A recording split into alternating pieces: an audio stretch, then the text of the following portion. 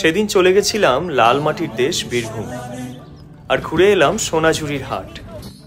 জায়গাটি বেশ নিরিবিলি, শান্ত, আর বসেছে রকমারি জিনিসের মেলা।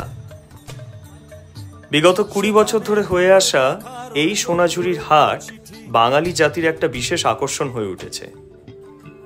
মুগ্ধ হয়ে গেলাম অসাধারণ হাতের কাজের দক্ষতা দেখে, আর তার সাথে মিশে গেলাম লাল মাটির দেশের উপজাতীয় নাচ আর গানের সাথে।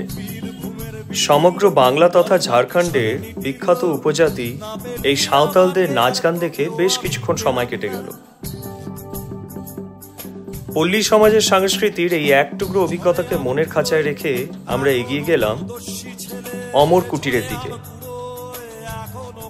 এই হলো সেই অমর কুটির, যেখানে আছে রকমারি সাংস্কৃতিক জিনিসের সম্ভার, আর আমরাও তুলে নিলাম বাড়ির জন্য বেশ কিছু।